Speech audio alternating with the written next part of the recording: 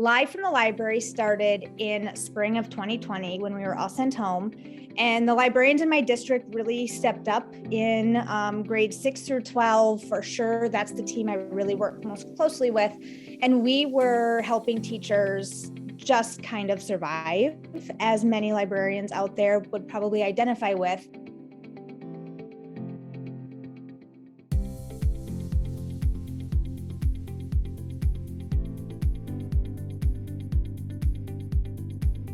Hello, friends, and welcome to Season 4 of the Future Ready Librarian podcast series, Leading from the Library. This is a podcast for all librarians, wherever you are in your journey. It is filled with amazing guests, important topics, and engaging conversations that will inspire, engage, and support all of us as future ready librarians. I am your host, Shannon McClintock Miller. I am the district teacher librarian at Van Meter Community School in Van Meter, Iowa, and I serve as the Future Ready Librarian spokesperson.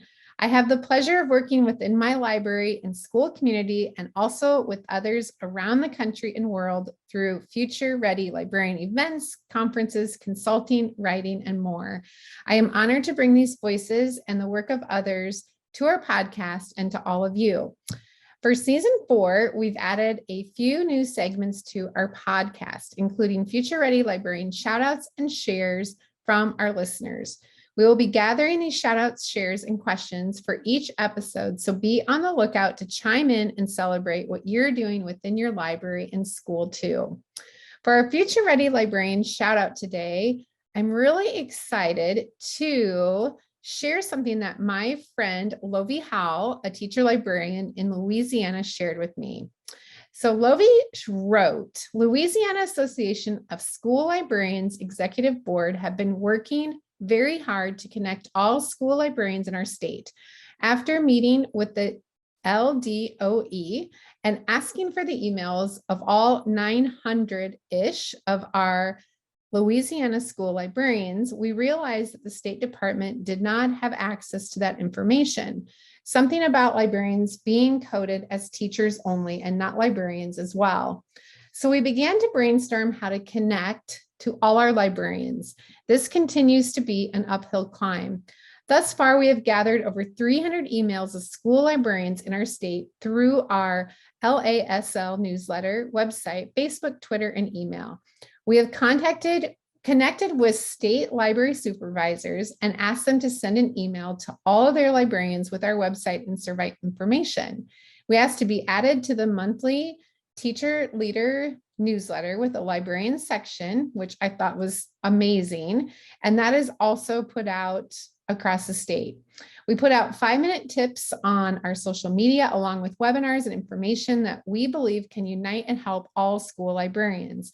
LASL is planning a free PD day in Baton Rouge for all school librarians, whether they are a member of LASL or not. By school librarians, for school librarians. The executive board of LASL believes that we are all better together. And I know that I have seen the things that they have been doing, and I'm always just so impressed and proud of all the great things. And so you are lucky librarians, and we have a lot to learn from you. And then we get to today's Future Ready Librarian Share, and this comes from Angie Stahlbaumer at McKinney ISD in Texas. And Angie shared, I have grown my relationship with teachers by using what they are learning in the classroom to create integrated literacy and maker lessons and activities. I have been inspired by her sessions and implemented and adapted them into my learning commons and makerspace. A presentation I did at conferences, I think she went to TSA and FETC, is called It's Not Just About the Stuff. I often host makerspace learning common observations with the goal of showing them how to transform their culture and traditional libraries without focusing on stuff, but instead an innovative and growth mindset and the 4 C's. That is how I got my staff to buy into how I transformed our learning commons. You can transform the space and not have a successful library program. It really requires a cultural mindset shift. And I love this because I think that the thing that I got that from that when I read it was not only am I so proud of what you're doing, Angie, but it really is something that we all need to remember every single day. And not just as we work from our libraries, but as we also collaborate with our teachers and work with others within our buildings too. So I appreciate all of those shares and shout outs, and just keep them coming.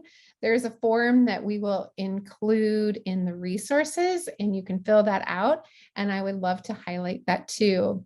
But now we're ready for the super exciting part of today. And we get to welcome my friend and teacher librarian, Melissa Thom, as we talk about creating a culture of reading in the library and beyond. So welcome to the podcast. Thank you. It's so great to be here. I know, I was so excited when I first saw your face today. You know, we haven't seen each other for a couple of years. And so it's really great not only to see you, but I can't wait to hear all of the amazing things that you're doing. I can't wait to share. So first, tell us a little bit about your job, where you're at, and about your library and who you work with. So this is my 7th year in the library. I was a classroom teacher for 12, and I have loved the shift to the library. I'm in a middle school in Connecticut. I have a very wonderful team of 3 middle school librarians, because there are 3 schools in our district, and we are very fortunate. Every school in our district has a certified school librarian. I also play the role of president of the association in my local district, but also on a state level. Amazing. Well, you have a lot of great experience being in the classroom and now in the library. I thought you had been in the library a little longer than that. So that's interesting. I love it. So the first question I have for you today, just like knowing a little bit about what you do in your library and just the amazing way that you work with your kids, can you tell us about Live from the Library or Live from the Library? Tell us about that. Yeah, and I'm really excited because it's kind of just taken a little bit of a shift in the last few weeks. So Live from the Library started in spring of 2020 when we were all sent home. And the librarians in my district really stepped up in grades 6 through 12 for sure. That's the team I really work most closely with. And we were helping teachers just kind of survive, as many librarians out there would probably identify with. But Shannon McNeese and Dave St. Germain are my 2 counterparts. And we were really missing that connection with not only teachers for things beyond just tech help, but the book culture and trying to spread that love of reading and that joy of reading. And we were really missing the students because we didn't have a lot of face-to-face time with them. So we came up with this idea. We were going to do a weekly episode. We named it Live from the Library. Not super creative, but very effective. And we live streamed our episode every week. And back in 2020, a lot of you will remember, it was the Bitmoji Genesis craze. And so we created a Bitmoji scene for every episode. And I have to say that getting online with those 2 for a few hours on Mondays was literally the highlight of my week. And it was so much fun to build out our slideshow and our content. And every episode was pretty short. It was 15 to 20 minutes. And we had different segments, and we would always feature certain books based on a theme. If it was that a special Heritage Month, we would focus on that. If we knew that some class was focusing on specific content, we would try to create digital bookshelves about that. So we shared that. We then incorporated some guest speakers. So when we kicked off summer reading, we invited the public librarian and we interviewed her, and she had a chance to share some of the summer reading program opportunities for our students. And it was the first episode. We had over 1,000 views on YouTube because it went right to YouTube. So not only were we reaching our students in West Hartford, but we were also reaching a wider audience. And I got lots of comments and just asking how we did it and positive feedback. So we were really excited. When school started pretty regular for us last year, we were hybrid, but we were all in person. We sort of put it on the back burner for a little bit, and we kind of got used to that new normal, and it sort of went on hiatus for the most part for last school year, but it has been regenerated in the last few weeks because I have been involved with some of the curriculum work for the SEL and social justice curriculum that we are creating for advisory classes in the middle school. And we are doing interviews with different artists, authors we are trying to be local and staying in Connecticut. And the theme is telling stories and why stories matter. So we are building lessons for 5 weeks around that theme question. And we have interviewed Janae Marks, who many of you will recognize as a fabulous author of From the Desk of Washington and her newest, A Soft Place to Land. She is from Connecticut. Just interviewed a pair of sisters who wrote a picture book called Wonderfully that is telling their experience about growing up biracial. And the third person we interviewed was Javier Colon, who some of you may recognize. I believe it's The Voice. He won the first season of The Voice, and he lives in West Hartford, and his children go to our schools. And he is a musician, and he is amazing, and just his songs tell really powerful stories. So we are using Live from the Library as our vehicle to share that content with our entire district. Wow, that is amazing. I want to see this. Like, I want to watch. We have 6 episodes recorded from when we first did it, and that's available on my website. It'll probably be in the show links for my school. It's on YouTube. You can follow that channel.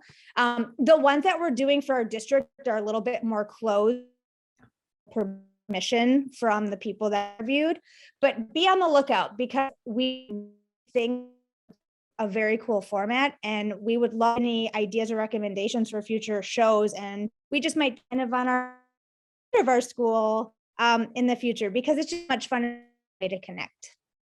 Yeah, that's so amazing. Well, and I love like thinking of the things that are positive coming from like the last 2 years, right? Like the things that we've done different. And for me, like when I think of all these great ways that we've always connected with people, you're using it as a way through video, but even like at our school, like I used to like put everybody in the gym together, all second grade. And then we would like Skype or Zoom or whatever with this one author. But now, even thinking like, oh, you can stay in your own classroom and we can involve others or we can invite other schools. And I think this is another great thing to think about, like how wonderful that you're working with the SEL and the content that you're trying to get to your kids through advisory, but using this is a way to like touch every student and every teacher within your community.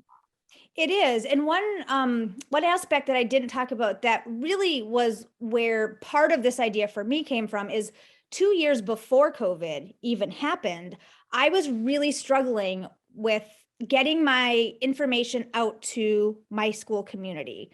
Because a lot of us know, especially middle school, I don't have a set schedule. It's hit or miss with who I get to see. And it's the teachers who want to work with me that I really get access to.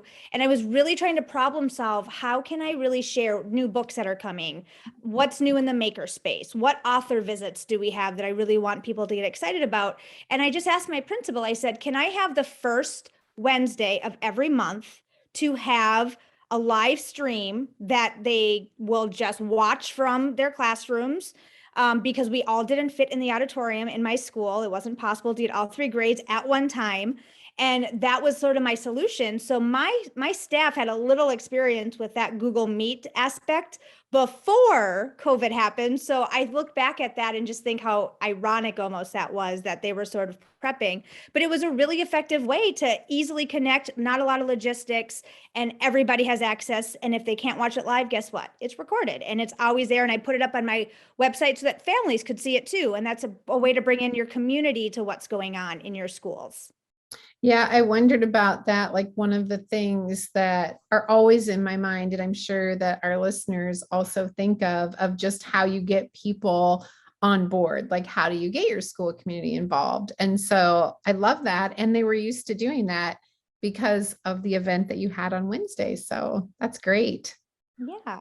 I love that. So another thing that I always like to think about is how we get our students involved. And so what is the involvement of your kids in these events and just within your library too? Always love to hear that. Yeah, as a classroom teacher, I was always very focused on my students and putting students at the center and giving them choice. And that came with me to my position in the library. I really like to empower my students and learners and just put them in positions where they can make decisions.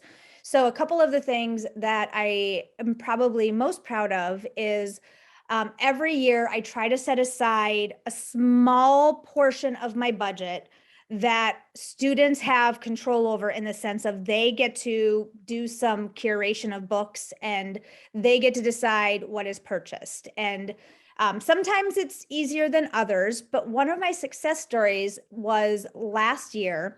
I had an eighth grader at the time who he was not a reader by choice, I would say. Pretty not identifying as somebody who would read on his own, really just because he had to. It was a little bit of a struggle sometimes, but he would always just visit the library because we would just chat. And I found out he was really, really into anime and then manga for the books. And I said, I need help because I am not an expert in that genre. And I would really value his opinion. And I had him create a Google Doc, and I said, just do some research. You can like look on Amazon for different series, look on the Barnes and Noble website to find some things that you think the other middle schoolers would like. Put some information in this document, and I have $200. So we can figure out which series, like let's get 10 of a series because we wanted to have a good start. And he came up with Black Clover. And let me tell you that that is probably the most popular series I have right now, and they're never in the library. And he was so proud when the books arrived and they were processed and they were ready to be checked out. And he's like, "Can you take a picture? I want to show it to my family." And I was like, "Oh, I mean," and it was really a very easy thing on my part, just to give him a few basic guiding tips and just let him go. And he was a student who hadn't really probably felt a lot of success in different areas related to the library reading. And this just really put a spark in him. So that's one example that I'm really proud of. Another thing that I've really tried to incorporate over the last few years, mostly in conjunction with book fairs, is my student crew. And so it was something that Scholastic Book Fairs kind of have some in their toolkit. They have some things to help plan for that, or just some ideas. But I took that basic idea and I just really kind of made it my own. And so every time we have a book fair, they are front and center. They work it, they do the marketing for it. We have t-shirts that we make. I had a student design the logo for us and they got to vote. And then we had t-shirts made a couple of years ago. And I've just extended that. So it's not just for that one event every year. It is now they're just like my assistants, basically. And I know other librarians have really successful programs, and I highly recommend checking some of those out. So this year, what I've done is I have book ambassadors, and I started with sixth grade because I want to get them kind of in right away. That's the first year they come to our school, and we just have lunch together twice a month. They bring their lunch. It's library lunch is what we call it. And it's kind of what they want it to be. We just kind of chat, we brainstorm ideas for the library. And one of the things that we have done is we've updated all of our toilet talkers in our school. And so if you don't know what toilet talkers are, check out the Book Wrangler. I found him originally on Instagram. He has a website, and so it's not my original idea, but I love it. The students love it. And so now all of our bathroom stalls have book posters so that when somebody's washing their hands or just in the bathroom, they get to see what are some of the new books, and the students are the ones that decided. So that's something that my book ambassadors have done this year. Oh, I love that. I know anything like that that gets kids, especially like middle and high school kids, excited because, we don't see them like we do elementary kids. And so I love that I took some notes. I love that it's called the student crew and book ambassadors. And I bet they love that. Yeah. That's something that kids will never forget, right? Like you hook them when they're that age, and you never know, they might be a librarian someday too. hope so. That's the goal for some of them. Oh, I love that. And another thing that I wanted to ask you about was your Free Book Friday. Free Book Friday. I don't remember where I got the idea. Again, definitely not original with me. But last year, I had a bunch of books that we were able to purchase at the end of 2020, but were never able to give out because we weren't allowed to go where they were giving food away for our students. So we really were just trying to get books into the hands of kids at that time when they didn't have access to libraries. That didn't go according to plan. So I sort of recalibrated my idea. And I then, every Friday last year, I had a cart that I wheeled out into the lobby on Fridays. And it literally was every student could take a book.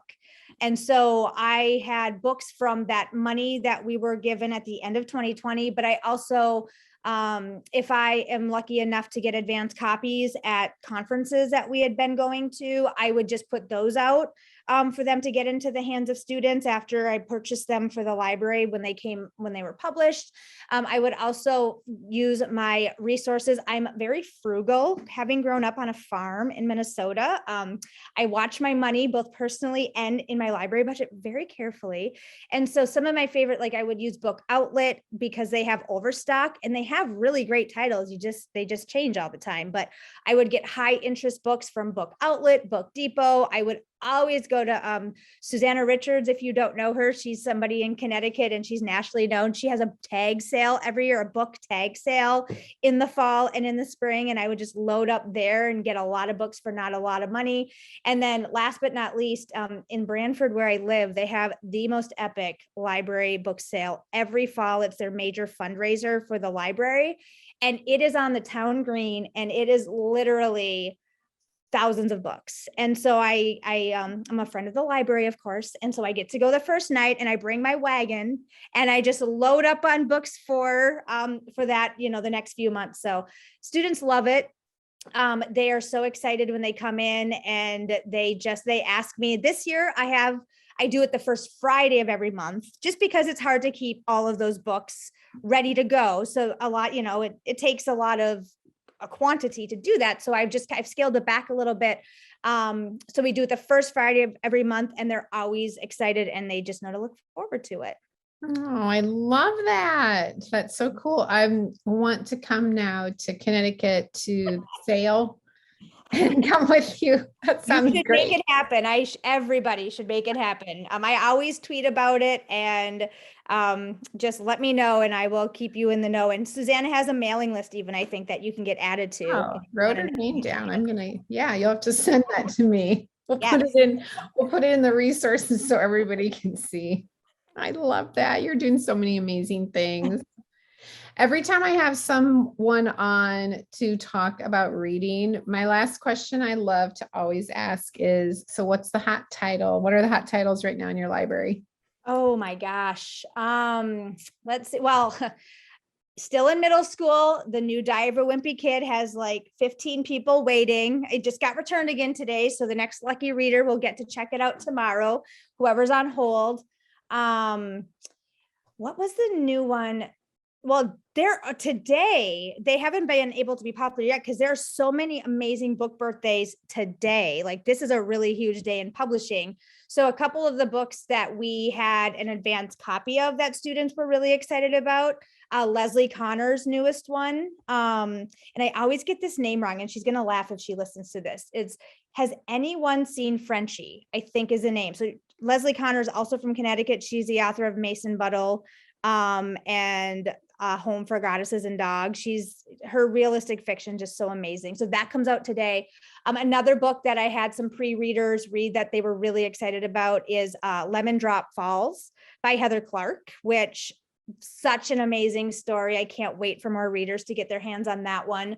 I also put out the Nerdies. That was announced at the end of or maybe beginning of January. I did the middle grade and there were a lot of popular titles on that list. The Vera Hirandani, I can't think of the name of it right now, but look up Vera Hirandani. It's her new one that haven't had on the shelf. It hasn't been there since I purchased it. So those are a couple of the fiction. For nonfiction, it's very interesting. The who would win is more elementary. However, our health teacher is very innovative and has used that series to do some things with curriculum, and the students are making something connected to health curriculum. They're making their own who would win. So I bought a bunch of copies of the different who would win. So they had like models to base it after. And the sixth graders have been just eating those up for nonfiction. And our eighth graders are working on National History Day projects right now. And a couple of the really popular topics is the space race.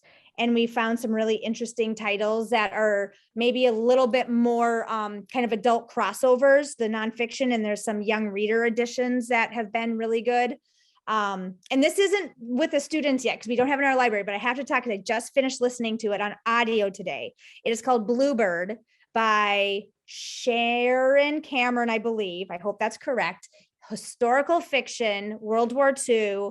I could not stop. Last night, I had a copy of the book and I had to read it. I couldn't wait to get in my car this morning to like listen to it. So there, I could probably go on, but that's it for you. I love it. I actually just bought Bluebird too. Oh my gosh. So I'm almost done with the book I'm reading right now, and then I will read that. I love all those. I took more notes, so those are all good. I know I love sharing books. It's so fun. And I just love following what you do. So tell everyone where they can find your work and you on social, or if you have a blog, and we'll put it too in the notes, but share that too. Awesome. I am most active on Twitter. I really love my Twitter family, and my handle is at Ms. Thom Bookitis. So MSTHOMBOOKITIS. And that is the same handle on Instagram, which I do post, but I'm trying to become a little bit more fluent. I am also on Facebook, and I think I have the link that you can put in the notes because I think it's Joyful Teacher Librarian. I changed it to that, but I'm not sure if that's how it shows up on the link. And my bookitis, actually, I love telling that story. When I was teaching in Hartford many years ago, I had a student. I was a basketball coach for a year. Don't ask about the season. It wasn't super successful, but it was fun. And I had one of my sixth graders at the time. She comes into the gym for practice and she said, "Miss Thom, you made me sick. You gave me an illness." And I thought she was serious. And I said, "Oh my gosh, what happened?" And she said, "Before I came to this school, I didn't like to read and I didn't ever have books. And now I can't stop reading and you've given me bookitis." And I said, "Olivia, I am totally stealing that." And since then, and it's been probably over 8 or 9 years, that is how I try to identify myself. And that's why I chose this handle. So yeah, please follow me. I love connecting with people on social media. I think it's such an amazing way to just stay in touch. And then when we get to see each other in real life at a conference, like sometimes I see you first on Twitter and then I see you in the exhibit hall. I'm like, I know you. And it's very fun. Oh, I love that too. I know I love following you. So everybody follow, and you'll learn so much from Melissa. And this was amazing. You've inspired me with so many ideas. So I have lots of notes. So I love it. Thank you so much, my friend. Thank you. I really appreciate being invited to talk to you today. We appreciate it too, everything that you shared. And everyone will be able to find her information, attach this podcast along with resources and a certificate of professional development that you can download and fill out to use. As always, thank you to all of our listeners for joining us for this episode of the Future Ready Librarian podcast series, Leading from the Library. And a very special thank you to our sponsors, Follett. You make a difference in our libraries, schools, and within our lives and that of our students every day. We really appreciate everything that you do. Please send your Future Ready Librarian shoutouts and shares to me at shannonmcclintockmiller@gmail.com or tag me at Shannon M. Miller. We'll also put a link to the Google form, and we would love to hear from you. I hope that you can take what you learned in today's podcast and put it to use within your practice as a Future Ready Librarian. Until next time, friends, keep finding ways to lead within and from your library. Thank you for joining us for the Future Ready Librarian podcast, Leading from the Library. I would like to also thank our sponsor, Follett Learning, for their amazing continued support.